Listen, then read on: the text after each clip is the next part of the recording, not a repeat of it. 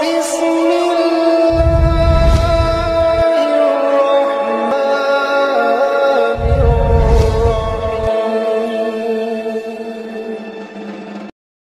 ini kita umat Islam sedang hidup di satu fase akhir zaman yang Rasulullah SAW sudah wanti-wantikan. Saya mencoba untuk sedikit melanjutkan dari materi yang disampaikan oleh guru kita, yaitu Profesor Dr. Haji Ustadz Abdul Somad LCMA DESA yang tadi di Masjid Nur Muhammad sudah memberikan tabligh akbar yang Masya Allah, sambutan masyarakat Sumeneb luar biasa. Itu menunjukkan bahwa kecintaan masyarakat Sumeneb terhadap ulama-ulama yang hanif, yang lurus, yang menyuarakan suara kebenaran itu lebih dominan daripada mereka-mereka yang justru membuli ajaran agamanya sendiri. Abdul Somad, Masya Allah, kemarin beliau tidak berhasil masuk ke Singapura. Dari pulau Singapura yang kecil langsung ke Pulau Madura yang terberkahi. Masya Allah. Rasulullah Sallallahu Alaihi Wasallam memberikan wanti-wanti kepada kita yang hidup di akhir zaman, yang jauh melampaui dimensi ruang dan waktu, tidak berjumpa dengan Nabi Muhammad Sallallahu Alaihi Wasallam. Ini bukan untuk menakut-nakuti, tapi untuk membuat kita sebagai umat Nabi semakin waspada dan semakin mampu untuk menjaga sikap kita agar kita tidak bengkok dari jalannya Nabi Muhammad Sallallahu Alaihi Wasallam. Qala Rasulullah Sallallahu Alaihi Wasallam, usikul umamu antada'a alaikum. Nanti kalian akan diperebutkan oleh umam, bangsa-bangsa, oleh kaum-kaum, dikerat-kerat. Kama tada'al akalatu ila qas'atiha. Bagaikan orang-orang yang rebutan, yang mengkerat-kerat makanan di tengah-tengah. Orang-orang kelaparan, kalau sudah disajikan makanan, berkumpul 5-10 orang, Masya Allah, nasib makanan itu akan dikerat-kerat. Dan seperti itu nanti nasib umat Islam di akhir zaman. Kita kalah, kita terzolimi, kita kemudian diinjak-injak, kita kemudian didiskriminasi. Kita adalah korban dari terorisme barat, tapi sekaligus yang sama kita dituduh sebagai pelaku terorisme. Ajib kan? Seperti makanan yang kemudian dikerat-kerat oleh kaum-kaum. Salah seorang sahabat yang hadir di situ bertanya kepada Rasulullah, "Ya Rasulullah, awamin qillatin nahnu yauma idzin?" Apakah kemudian karena jumlah kita pada waktu itu sedikit jumlahnya? Qala Rasulullah sallallahu alaihi wasallam, "Bal antum yauma idzin katsir." Tapi bahkan jumlah kalian pada hari itu banyak. Walakinnakum ghutha. Tapi kalian seperti buih, kahutsa isail, bagaikan buih di lautan. Apa? Tidak berprinsip. Kita kemudian lebih memilih untuk hidup nyaman tapi menggadaikan prinsip akidah dan syariah dari Rasulullah Sallallahu Alaihi Wasallam. Bukan berarti hidup nyaman itu salah. Hidup nyaman baik, berkah, sejahtera, tapi di atas jalan akidah dan syariatnya Rasulullah Sallallahu Alaihi Wasallam.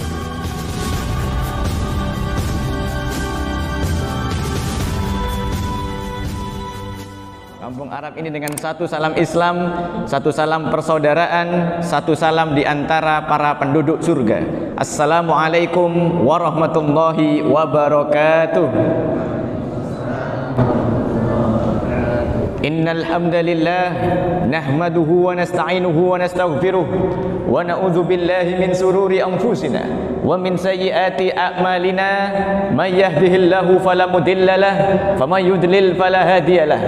Asyhadu an la ilaha illallah wahdahu la syarika lahu wa asyhadu anna Muhammadan abduhu wa rasuluh la nabiyya wa la rasulahu ba'dah.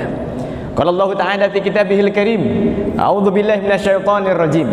Ya ayyuhalladzina amanu taqullaha wa qulu qawlan sadida yuslih lakum a'malakum wa yaghfir lakum dzunubakum wa may yuti'illaha wa rasulahu faqad faza fawzan 'azima. Wa qala Rasulullah sallallahu alaihi wasallam,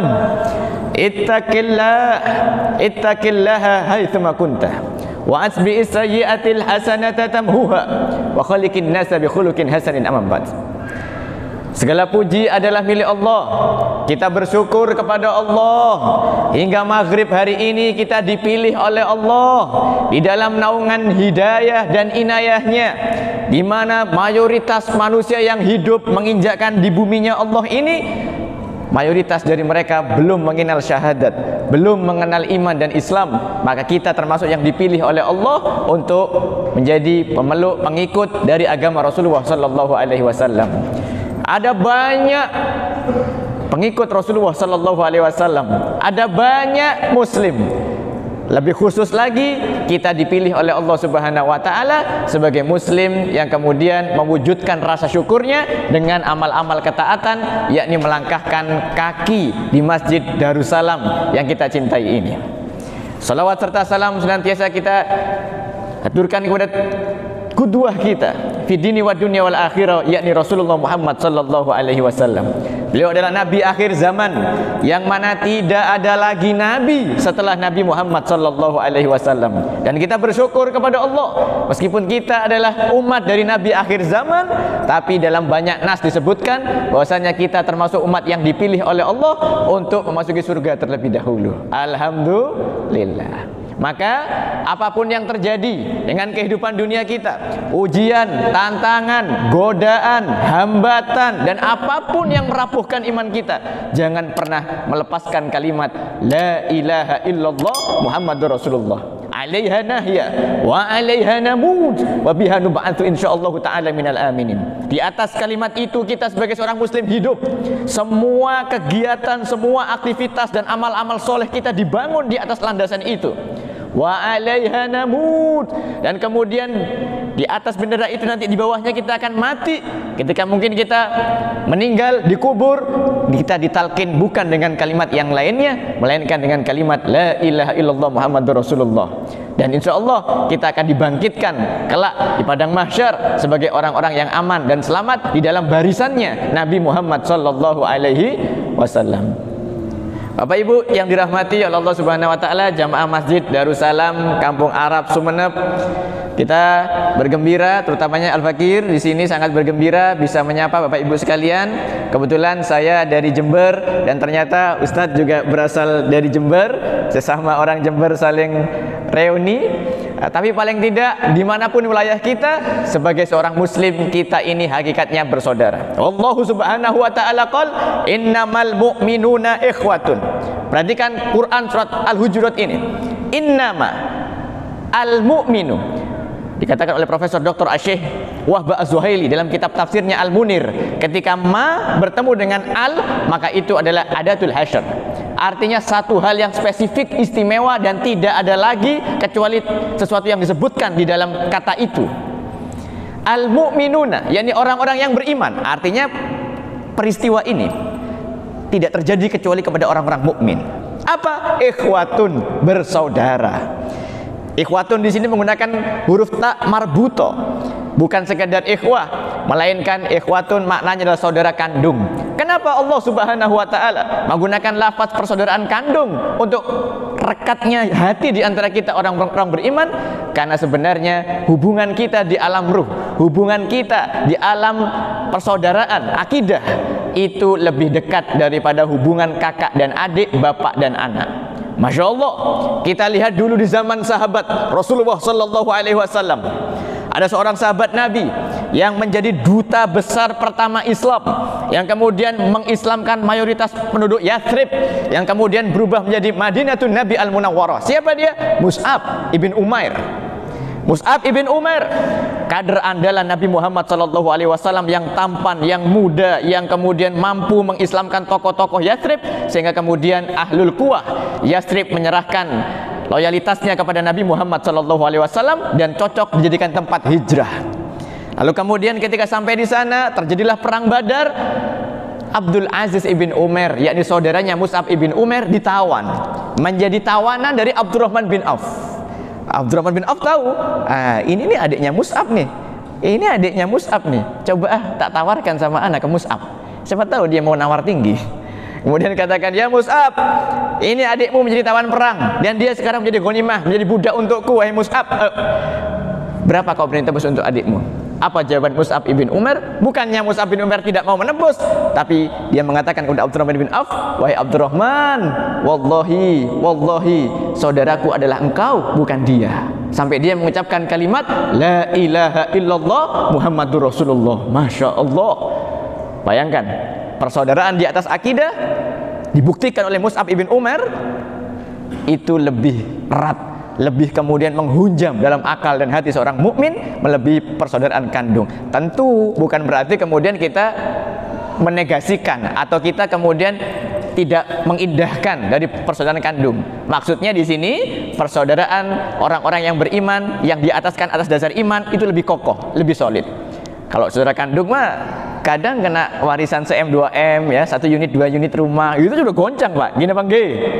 Iya, itu di Jember. Nggak tahu kalau di Sumeneb insya Allah tidak jauh beda maksudnya ya, insya Allah. Bapak Ibu yang dirahmati oleh Allah Subhanahu wa taala, jamaah Masjid Darussalam. Hari ini kita umat Islam sedang hidup di satu fase akhir zaman yang Rasulullah sallallahu alaihi wasallam sudah wanti-wantikan.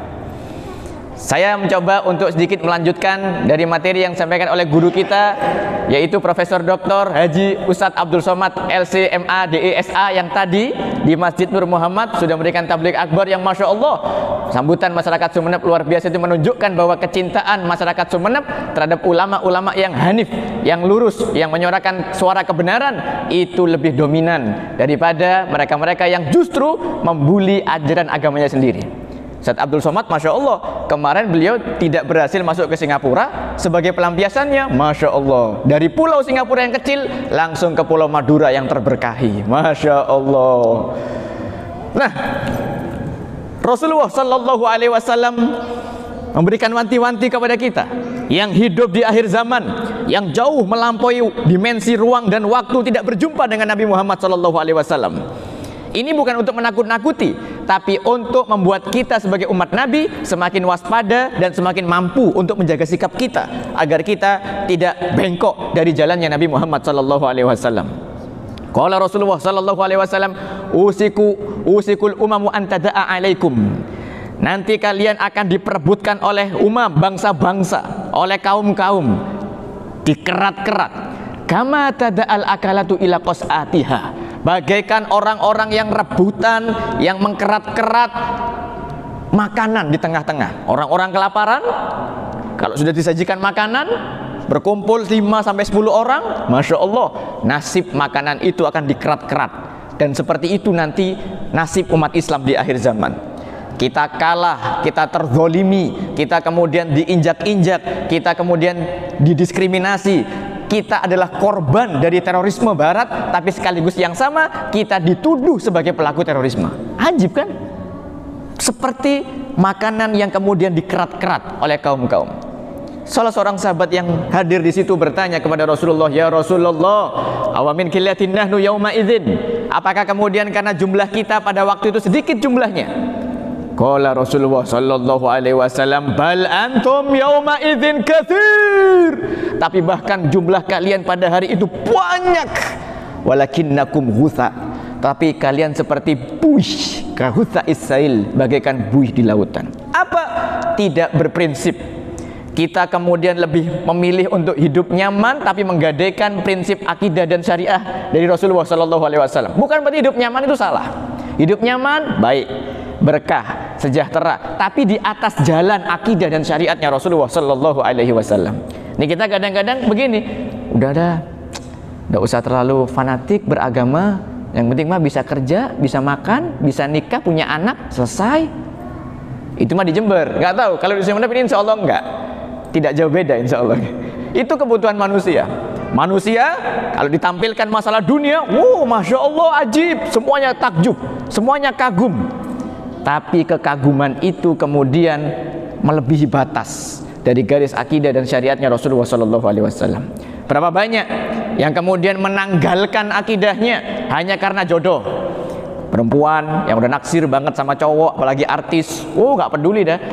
Perkara nanti beda agama, nggak peduli. Bawa dalil lagi, lakum dinukum waliyadin. Emang dikira ulama nggak bahas dalil itu? Dalil itu bukan untuk kebolehan nikah beda agama, bukan. Dalil itu memang untuk kemudian toleransi, tapi sekaligus pembeda, al-furqan yang jelas.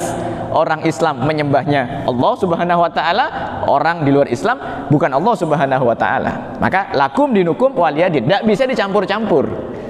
Begitu. Tapi sekarang semuanya serba putar balik. Kalau dulu ulama salaf kita nulis kitab namanya Jalalain. Kenapa kok dinamakan tafsir Jalalain? Karena ditulis oleh dua orang Jalal, yaitu Jalaluddin As-Suyuti dan Jalaluddin Al-Mahalli.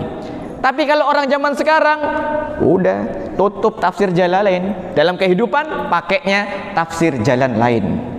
Nah, jadi kalau ada ayat ini, kayaknya ayat ini cocok ini. Ayat ini cocok untuk mendukung apa pendapat saya yang wallahu a'lam udah dilepas, entah ini cocok sama ulama yang lain, entah ini kemudian menyelisihi dari salaf kita atau enggak, tapi ini cocok dengan hawa nafsuku ini, kayak cocok sama yang aku pingin ini kayaknya.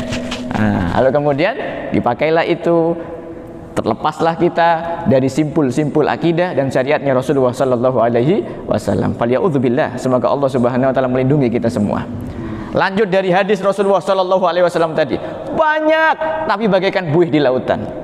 Kita lihat hari ini bapak-bapak sekalian, Palestina, kiblat pertama umat Islam, belum juga bisa dibebaskan. Padahal agresor atau penjajahnya yaitu Israel laknatullah alaih itu jumlahnya tidak lebih dari penduduk jumlah orang Madura. Cuman reng Madura mau kirim Israel jauh pak, pesawat sobung. Maksudnya pesawat yang langsung bawa ke sana banyak sobung. Coba Semak, tompes lah itu kening orang Madura. Enggi pak, Masya Allah. Orang Madura tidak bisa dilawan ya, Masya Allah. Nah, Israel jumlahnya sedikit, umat Islam banyak. Tapi perhatikan hari ini, apa daya kita, apa kekuatan kita untuk bisa menghentikan penjajahan Israel atas Palestina, Al-Aqsa, Baitul Maqdis, kiblat pertama umat Islam. Gak berdaya. Hari ini pelanggaran-pelanggaran norma-norma agama jelas di muka depan mata kita, tidak dapat dipungkiri, dohiron, kelihatan mata pak. Ustadz, udahlah, itu kan doakan yang baik-baik, mungkin dia bisa tobat. Ya, kita doa kepada Allah, ya Allah, semoga tetangga-tetangga kita, masyarakat kita, anak-anak muda kita, semuanya tobat kepada Allah, rujuk ilal haq, kembali kepada yang benar. Itu iya, tapi sayangnya doa yang pasif tanpa ada sikap amar ma'ruf nahi mungkar itu justru titik awal dari bocornya perahu atau kapal umat Islam. Itu seakan-akan menjadi bisikan rohani. Udah deh, nggak usah ganggu-ganggu orang, dia maksiat yang penting ente taat, udah selesai. Nggak usah amar ma'ruf nahi mungkar, nggak usah nyadarin dia, itu urusan dia sendiri. Udah, penting ente taat, yang lain maksiat biarkan. Seakan-akan itu bisikan rohani, padahal itu bisikan roh halus itu pak. Padahal itu bisikan roh halus. Itu menyelisihi dari tuntunan Rasulullah Sallallahu Alaihi Wasallam. Dalam Al-Quran, Allah Subhanahu Wa Taala berfirman, kuntum khaira ummatin ukhrijat linnas. Kalian wahai umat Islam adalah umat yang terbaik, yang diutus di tengah-tengah manusia. Bayangkan, gelar sebagai khaira ummah, sebagai umat terbaik, langsung diberikan oleh Allah melalui kalamnya Al-Quranul Karim. Tapi ada syaratnya, tu'minuna billah, beriman kepada Allah. Jadi kita disebut terbaik karena ada syarat-syaratnya. Kalau terpenuhi syarat-syarat ini, maka kita terbaik. Tapi kalau tidak terpenuhi syarat-syarat ini, ya sebaliknya dari yang terbaik, gitu. Bukan menjadi yang terbaik. Wa ta'muruna bil ma'rufi wa tanhauna 'anil munkar, dan menyuruh kepada yang baik lalu kemudian mencegah dari yang mungkar. Sebenarnya kalau kita cek kitab-kitab turas, tarikh para salafun saleh terdahulu dengan karakter masyarakat Madura, Masya Allah, reng Madura neka onggun klop sama Islam mbak, onggun gini kah, bener-bener karakter orang Madura itu klop sama Islam. Gue pengen tanya, reng Madura mon nyongok sesuatu saya tak beres, sesuatu saya tak beres, tak genah, apa bahasa Maduranya tak genah itu ya? Itu sudah. Oh iya itu. Pokoknya sesuatu yang nggak bagus gitu, kecenderungan kita itu gejolak dalam jiwa kita, acuh tak acuh atau kita respon. Kalau yang lainnya mungkin kita masih yang lainnya cuek, yang penting nyaman. Tapi orang Madura pak, Masya Allah, dengan segala gejolak dan dinamikanya, orang-orang Madura membuktikan bahwa orang Madura adalah masyarakat yang masih mengemban iman dan Islam di dalam dirinya. Makanya di mana-mana Madura selalu ramai, trending topik, Masya Allah. Bahkan dikatakan oleh sebagian ulama, tapi ini setengah bercanda ya, Madura itu Cinanya Jawa. Di mana-mana ada orang Madura. Di Jember ada, di Probolinggo banyak, di Surabaya banyak. Napa boleh Suramadu gratis ya, tinggal nyebrang selesai. Dan orang Madura emang seru begitu. Nah di antaranya karakter ini cocok untuk mengemban amanatud dakwah Rasulullah Sallallahu Alaihi Wasallam. Kita umat Islam berbeda dengan umat ghairul Islam. Kita berbeda dengan umat yang di luar Islam. Ketika umat di luar Islam melihat kemungkaran di depan matanya, dia mungkin bisa diem atau justru mendukung dan ikut-ikutan, karena mereka ahlul ahwa wal bidah, yakni orang-orang yang mengedepankan hawa nafsu dan bid'ah-bid'ah, maksudnya syariat-syariat baru. Nah, dulu di zaman Rasulullah riba itu nggak ada yang tersistem, diberantas bahkan diperangi. Zaman sekarang ahlul ahwa, wah yang penting kan kaya, yang penting kan ada cuan, yang penting kan ada surplus. Daripada surplus capek-capek ke pasar, mending uang ini dikembangbiakkan, uang ini dianak-pinakkan. Nah, santai, cepat perputaran ekonomi, cepat. Akhirnya muncullah kapitalisme di barat. Itu dengan syariat-syariat yang baru. Pak, itu asli, Pak. Ahlul ahwa wal bidah itu kalau dalam kitab-kitab salaf dulu itu yang dimaksud ahlul ahwa wal bidah, pengikut hawa nafsu dan bid'ah-bid'ah, itu yang seperti itu. Udah sangat clear dalilnya. Ya mungkin kalau yang lain-lain mungkin masih debatable, tapi kalau yang ini udah clear. Udah maklumun minad-din bid-darurah. Udah kelihatan mata. Zaman Nabi itu diperangi habis-habisan masalah riba. Zaman sekarang justru kalau nggak riba nggak sukses. Itu seakan-akan. Contoh. Berikutnya lagi yang kedua, aurat. Masalah aurat. Oh, apalagi orang Madura, di utara, di selatan pantai, ya di mana-mana pantai. Tapi orang Madura, masya Allah, masih religius, masih kemudian ada ghirah di dalam dirinya, sehingga ketika ada saya tak tepak, beda saya tak tepak, diingatkan, cong pakaiannya bing, pakaiannya bing, dan sebagainya. Aurat ini bukan hanya untuk perempuan saja, ya perempuan menjadi objek yang terjelas karena Islam sangat menjaga kaum wanita. Sehingga dijaga betul-betul dengan aurat yang sempurna, penutupan aurat yang sempurna. Tapi laki-laki juga ada auratnya. Nah, laki-laki juga punya kewajiban untuk menutup auratnya, meskipun laki-laki lebih maskulin, sehingga kemudian batasan menutup auratnya lebih ringan daripada perempuan. Tapi ala kulli hal, di dalam Islam itu udah clear, maklumun minad-din bid-darurah. Nggak usah ngaji kitab tafsir, orang udah paham. Oh ya, yang Islami itu yang seperti ini, yang seperti bikini, you can see, dan sebagainya itu nggak Islami sudah. Orang nggak usah mondok, lihat itu aja, oh ini sudah, nggak usah terlalu detail tafsirnya, udah ini nggak bener nih, sudah nggak baik, dan sebagainya. Nah, dulu di zaman Nabi Muhammad SAW, ini menjadi satu perhatian yang sangat erat, sangat diperhatikan oleh Nabi. Sehingga yang namanya perzinahan, isu-isu perselingkuhan, dan masalah-masalah jinsiah yang lainnya itu minim di zaman Nabi. Karena Nabi concern, beda saya tak tepak sekuni, langsung diluruskan. Beda saya tak tepak sekuni, diluruskan. Sehingga tidak sempat atau tidak sampai menjadi penyakit kronis di dalam masyarakat Islam ketika itu. Tapi mon zaman semangken, boleh setong kali, cong, bing, jek pacaran, setong. Cong bing jak pacaran dua, cong bing jak pacaran dusa telok, aduh males lah, belis kakek males akhirnya. Nah, lalu kemudian seakan-akan ada permisivisme, dibiarkan lama-lama, batasan-batasan masalah aurat, masalah-masalah jinsia. Akhirnya apa? Hari ini kasus-kasus masalah itu menggunung, Pak, menggunung. Hari ini kita baca berita kaget, kok ada kasus kriminalitas yang sedemikian rupa, mengerikan. Bapak memerkosa anak kandungnya, atau sebaliknya anak kandung merkosa ibunya, atau kemudian waduh macam-macam dah. Yang lebih parah lagi juga LGBT, L lesbi, B LG, G-nya gay, biseksual dan transgender. Dulu di zaman Nabi, masya Allah, semua ulama mazhab sepakat hukuman bagi pelaku itu adalah hukuman mati, cuman ulama berbeda dalam masalah bentuk hukumannya. Sebagian mengambil nas, tapi nasnya dhoni, sehingga sebagian menjatuhkan takzir. Takzir itu berarti nanti hukumannya hukuman mati, cuma jenisnya diserahkan kepada qadhi, diserahkan kepada hakim. Ribuan tahun itu berlangsung, Pak. Tapi hari-hari ini bahkan LGBT dibuatkan tutorialnya, tutorial menjadi LGBT. Ini masyarakat kita, Allah. Coba kita lihat penyakit masyarakat yang kemudian menjadi semakin kronis. Bukan berarti kita ini haters, bukan berarti kita ini kaum yang neka pembenci, ini nggak senang ini, nggak senang ini. Bukan masalah itu. Ini masalah justru kita cinta kepada mereka, kita cinta kepada agama kita, sehingga kita itu serius menjaga, membentengi agama kita, generasi kita dari hal-hal yang merusak dari luar sana. Mohon maaf Pak, mohon maaf. Ini penting nih, karena kadang gini, udahlah jangan bahas yang jelek-jelek. Loh, justru yang jelek itu untuk diperbaiki justru. Semakin nih, kita punya anak Pak, Bapak ini insya Allah rata-rata udah punya anak atau bahkan cucu, Masya Allah. Anak kita mainan apoy. Kenapa nih nggak apoy? Api ya, anak kita mainan api.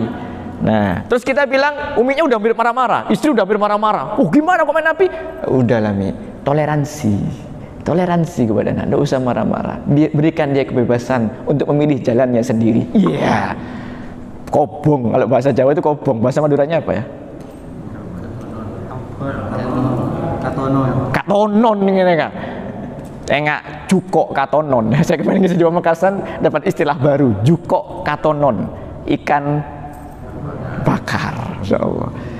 Anak kita sok-sok kalem, sok-sok toleran dan sebagainya, kita nggak melakukan sikap keras untuk menghindarkannya pada api, kebakar Pak. Nah, justru dikatakan berkasih sayang seorang bapak, justru dikatakan bertanggung jawab seorang bapak ketika dia mengambil sikap tegas menghindarkan anaknya dari api.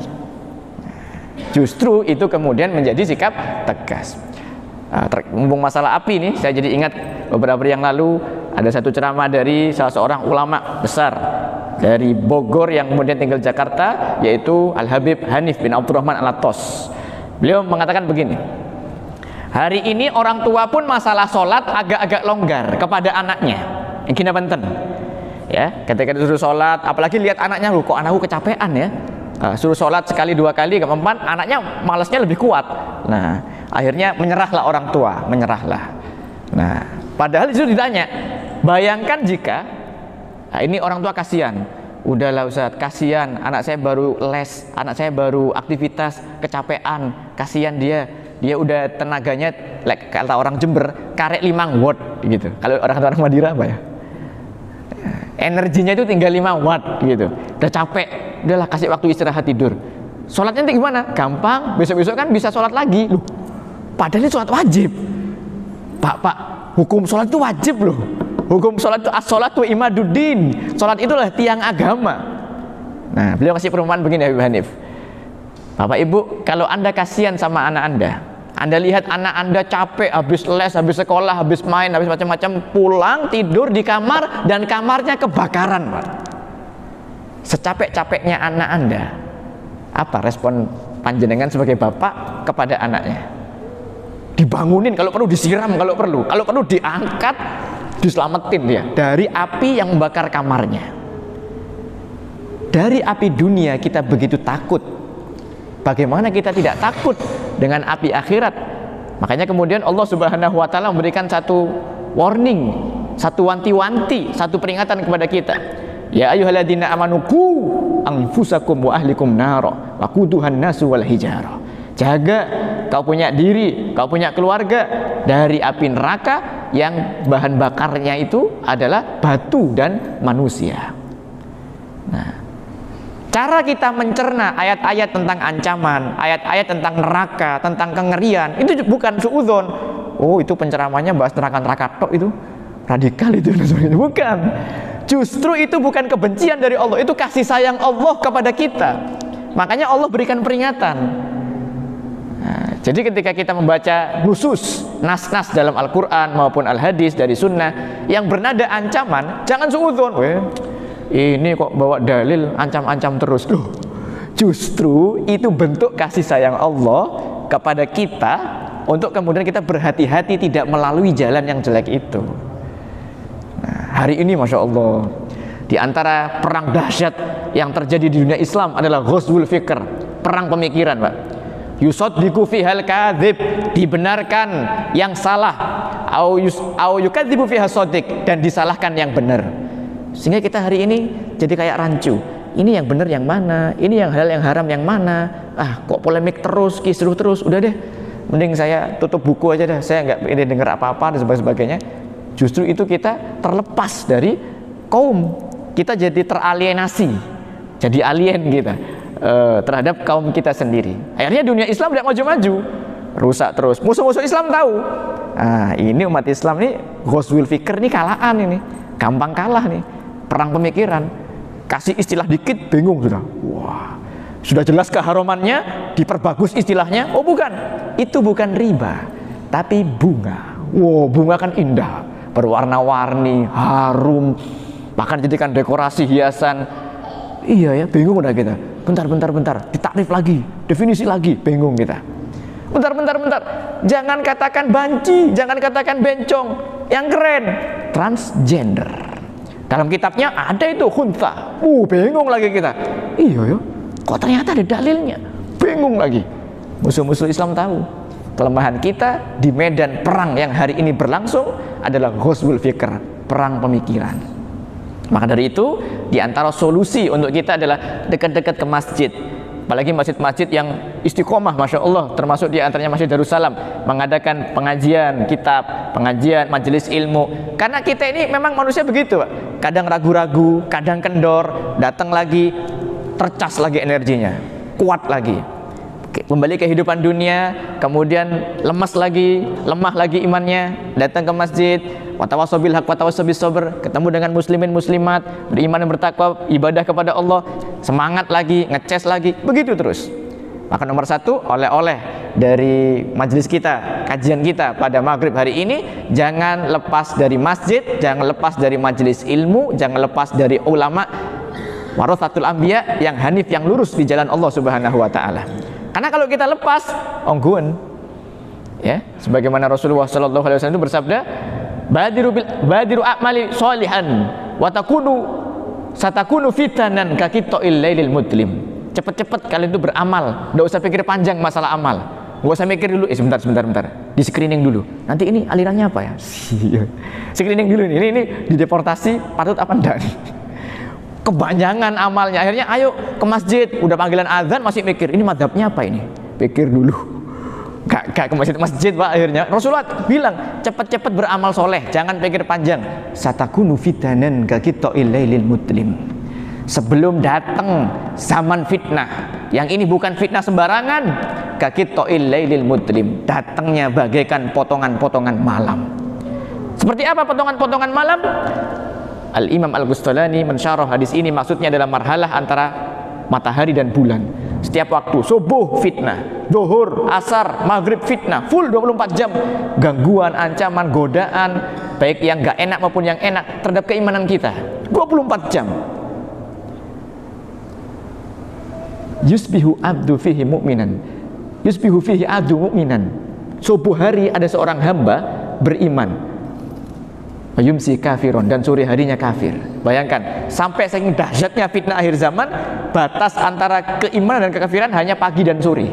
Pagi beriman, sore kafir, atau sore beriman, pagi kafir, begitu. Maaf, ini kafirnya disensor nggak ya? Nanti terjadi kayak kemarin.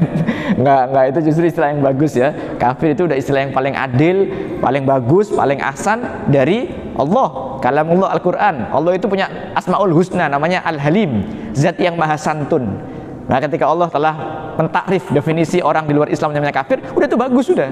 Hei orang-orang yang tertutup, hei orang-orang yang mengingkari, itu sudah bagus. Daripada hei embi saya apa tersesat, itu bahasa Maduranya tersesat apa? Kasasar.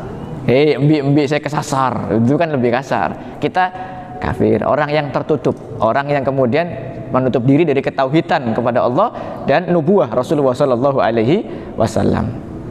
Nah, bayangkan fitnah di akhir zaman, batas iman dan kafir pagi dan sore. Kita lihat orang, Masya Allah, dia sholat di masjid subuh jamaah, Allah. Sore hari kita lihat berita, dia ketangkap KPK. Coba. Atau sebaliknya, maghrib, Masya Allah, maghrib soleh, datang ke masjid, pengajian dan sebagainya. Subuh ketangkap prostitusi, Allah. Batasnya seperti ini, dahsyat fitnah akhir zaman. Rasulullah melanjutkan, fal mutamathiqu bitini kal qabdi alal jamr. Dan orang-orang yang thiqah, orang-orang yang istiqomah di jalan agama, bagaikan menggenggam bara api. Onggun gini Pak. istiqomah itu rasanya berat gitu. Kayaknya saya nyaman eka ampun lah ampun, saya biasa bae lah. Yang penting nyaman, yang penting odik, yang penting makmur, sejahtera dan sebagainya. Bukan berarti Islam anti kenyamanan. Justru kenyamanan itu berdiri di atas syariat. Begitu. Di atas landasan akidah, tegakkan dulu syariatnya. Pasti Allah akan beri keberkahan hidup, kenyamanan hidup. Terakhir, ini ada tanya jawabnya Ustaz? Ada buatan? Ada tanya jawab apa buatan? Oh iya, tentu kita berakhir sampai azan Isya kita akhiri, dan Al-Fakir juga mohon izin pamit. Jadi selepas dari masjid ini saya langsung kembali ke Jember insya Allah. Jadi ini terakhir sebelum nanti kita lanjut ke sesi tanya jawab. Bapak yang dirahmati oleh Allah Subhanahu wa taala, satu, gak jauh-jauh dari masjid, dari majelis ilmu, dari ulama yang kemudian hanif menjalankan syariat yang lurus di atas jalan agama Allah Subhanahu wa taala. Yang kedua, hari ini yang namanya fitnah, desas-desus, isu-isu dan sebagainya menerpa dunia Islam dari kanan dari kiri. Kalau kata orang Jawa, kiwo tengen kene gitu. Kalau kata orang Jawa, kanan kiri kena semuanya. Sehingga kemudian ukhuwah, persatuan di antara kita umat Islam ini hancur, Pak, berantakan. Bahasa Maduranya hancur itu apa ya? Hancur pesena telur gitu. Ibaratkan telur kalau udah diceplok, cas gitu, hancur. Kenapa? Yang sini dibisik-bisiki, coba delok nih. Iku gak bener yo. Gini. Sebaliknya, yang sana juga begitu. Coba delok nih. Iku bangun masjid anyar yo. Padahal loh. Terus dibisik-bisik, bukan bisik-bisik yang bagus, bisik-bisik yang selalu menjelekkan. Lama-lama di antara kita jadi ada sekat-sekat gitu. Padahal dulu Nasoro itu berpecah dengan sangat dahsyat itu menjadi Katolik dan Kristen, di antaranya gara-gara itu. Nah, maka yang poin nomor 2 adalah dunia Islam udah pecah berantakan. Jangan tambah PR lagi menjadi memecah belah. Jaga ukhuwah. Wa'tasimu bihablillahi jami'an wa la tafarraqu. Berpegang teguhlah pada agama Allah dan jangan berpecah belah. Gimana caranya berukhuwah? Satu, kita tidak memandang muslim yang lainnya kecuali antum afdhalu minni. Anda lebih baik daripada saya. Mungkin Anda punya dalil, fadhol Anda amalkan. Mungkin itu lebih baik bagi Anda, silahkan. Tapi saya punya dalil yang saya yakini, ini yang saya amalkan. Jadi bukan ana khairun minhu, aku lebih baik daripada dia. Dia mah apa? Nggak usah. Biar kita aja mereka. Harus kita. Selain kita salah semua. Wah, yang betul itu ada antum afdhalu minni. Itu akhlak para sahabat di hadapan Rasulullah sallallahu alaihi wasallam. Sehingga Rasulullah itu ngeluruskan para sahabat itu enak. Sufufakum, sofnya luruskan, cepat itu para sahabat. Karena Masya Allah, Abu Bakar aja ngelurusin loh. Kita harus ngelurusin, dia lebih baik daripada kita. Masalah sedekah. Umar separuh harta nggak terima Abu Bakar. Seluruh harta, dia lebih baik daripada kita. Terus begitu, sehingga terjadi fastabikul khairat. Terjadi berlomba-lomba dalam kebaikan. Nah, dengan husnudzon dan dengan persatuan yang kokoh. Yang kedua, nata'awan fima tafaqna wa nata'adzar fima talafna. Kita ngereng, bekerja sama dalam hal-hal yang kita sepakati. Sambil lalu kalau ditemukan perbedaan, kita bertoleransi atau bertenggang rasa dalam hal-hal yang tidak kita sepakati. Contoh konkret, gue pengen tanya, sholat subuh genika, sholat subuh genika wajib napa enten? Wajib. Jangan sampai ada mazhab baru ya di Sumenep ya. Tiba-tiba jawab enggak. Salat subuh di masjid, sebagian ulama wajib, sebagian ulama sunnah muakkadah. Nggak ada yang mengatakan mubah. Semuanya sepakat salat subuh di masjid itu utama, dahsyat pahalanya. Nah, ngereng masing-masing komponen, masing-masing ormas, masing-masing orang. Yuk kita bikin program sholat masjid berjamaah. Dan katanya di situ ada keliling-keliling ya, Masya Allah. Subuh, safari fajar, Masya Allah. Ngereng bareng-bareng, ayo sukseskan. Ormas apapun, mazhab apapun, ngereng ini sukseskan. Kan ini sepakat subuh berjamaah di masjid itu afdol, sepakat kan? Nah, bahwa kemudian nanti ditemukan beda. Beda saya kunut, beda saya tak kunut. Nata agar fi matalafna. Ya udah, yang kunut, yang enggak. Saling bertoleransi di dalam hal-hal yang tidak disepakati. Karena kalau dalam hal-hal yang furu'iyah, dalam hal-hal yang cabang, kita harus menunggu kesepakatan, udah habis amal-amal kita, nggak gerak. Dunia Islam ini akan stagnan kalau kita menunggu dalam hal-hal yang furu', itu harus sepakat. Kalau hal-hal yang usul, yang dasar, yang basic, wajib kita sepakat. Contoh, Allah itu esa, tauhid, tauhidullah, wajib kita sepakat. Mon beda orang Islam, beda endi Tuhan lebih dari satu, tak usah ragu-ragu, segera lapor MUI. Fahuwa dhallun mudil, selesai. Karena apa? Asas dia berbeda. Tapi kalau asas berbeda, kita harus tegas. Kalau furu berbeda, kita harus toleransi tenggang rasa. Jok kebalik gitu. Mon kebalik bahaya, Pak. Dalam hal yang asas, oh enten tak napa. Ya mungkin dia lagi berkontemplasi gitu ya, cari Tuhan yang lebih sahih dan sebagainya. Bahaya itu. Dalam hal yang usul enggak ada sudah, Pak, harus tegas. Nah, dalam hal yang furu jangan ges mau tegas. Ke maka ke mati ke gitu. Dalam hal yang cabang, oh iya, dalil yang dia ambil ini. Bagiku sih itu lemah sih. Udah deh, aku ngamalkan dalil yang aku anggap kuat. Selesai urusan. Yang sepakati kita jalan bareng, yang nggak sepakat monggo nafsi-nafsi nanti. Hadza wallahu a'lam bishawab. Mungkin itu yang bisa Al-Fakir sampaikan. Mohon maaf kurang lebihnya. Mungkin ada yang ingin ditanyakan dari Bapak, monggo, kita masih ada waktu sekitar 5 sampai 10 menit insyaallah. Ngereng Pak, kita bahas masalah umat ini. Kita bahas masalah urusan umat kita sendiri kenikah. Mun sobung gula pleman, Pak. Insyaallah.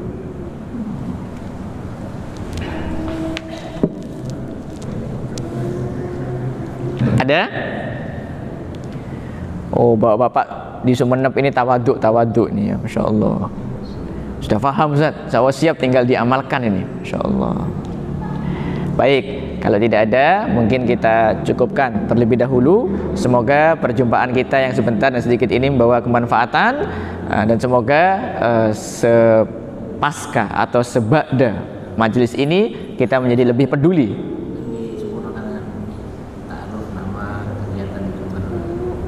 Oh, iya, iya. Ini sedikit instruksi campur pertanyaan diselingi promosi gitu. Jadi ada pesan dari Ustaz Lukman, perkenalkan diri, namanya siapa, dari mana, aktivitasnya apa. Karena ada istilah peribahasa tak kenal maka ta'aruf. Tak kenal maka kenalan, biar saling sayang di antara kita, insyaallah. Nama Al-Fakir adalah Putri. Orang awal kenal sering salah paham. Siapa? Putri. Boh, putri ini kan yang bine, gue laki asli. Biar gampang ingat-ingat setiap tanggal 17 bulan Agustus. Di banner-banner, di perumahan, di kantor pemerintah itu ada tulisan HUT RI. Nah, itulah nama saya. Ketika mondok, terus kemudian kita ditanya sama Ustadz, "Akhi, saudaraku, nama antum ini kurang islami. Untuk gak pantas, masa Al-Mukarram, Kiai Haji Hudri, gak pantas, gak pantas. Cari nama lain lebih islami. Nah, Ustaz, insyaallah Godan, insyaallah besok Ustaz. Godan besoknya subuh. Zaman dulu Pak kita mondok udah ada HP. Zaman sekarang kan ada HP. Kayak Google nama anak laki-laki yang islami gitu. Telepon bapak ibu selesai. Jujur udah ada, disita semuanya dan masih monoponik ya, masih belum ada WA, belum apa gitu. Nah, lalu kemudian besok ditagih ketemu satu lagi, gimana ente janji besok katanya, dan namun nama yang lebih islami, karena kepepet sudah janji. Akhirnya anak bilang, insya Allah Ustaz tetap Hutri tapi islami Ustaz. Loh kok bisa? Iya, HUTRI, hidup untuk tegakkan risalah Islam. Jadi singkatannya itu HUTRI. Jangan ingat-ingat logo salib Pak, waktu itu kan viral tuh HUTRI, logonya salib. Jangan ingat-ingat salib, ingat-ingat 17 Agustus itu hidup untuk tegakkan risalah Islam. Sehari-hari Al-Fakir mengasuh majelis di Jember, namanya Majelis Gaul, singkatan dari Ghaniyatul Ulum, kekayaan ilmu-ilmu Islam. Itu kumpulan anak muda dan Masya Allah, potensi anak muda termasuk di Sumenep ini sebenarnya itu dahsyat sebenarnya.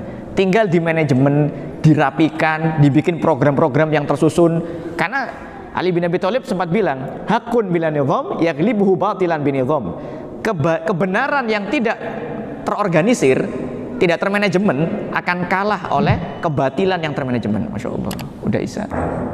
Betul Ustaz ya, udah Isa ini. Baik. Mungkin itu, kalau lebih lanjut bisa follow Instagram, jangan lupa like, follow, and share. Itu kurang lebihnya mohon maaf. Aku qouli hadza wa astaghfirullahaladzim li wa lakum. Billahi taufiq wal hidayah. Wassalamualaikum warahmatullahi wabarakatuh.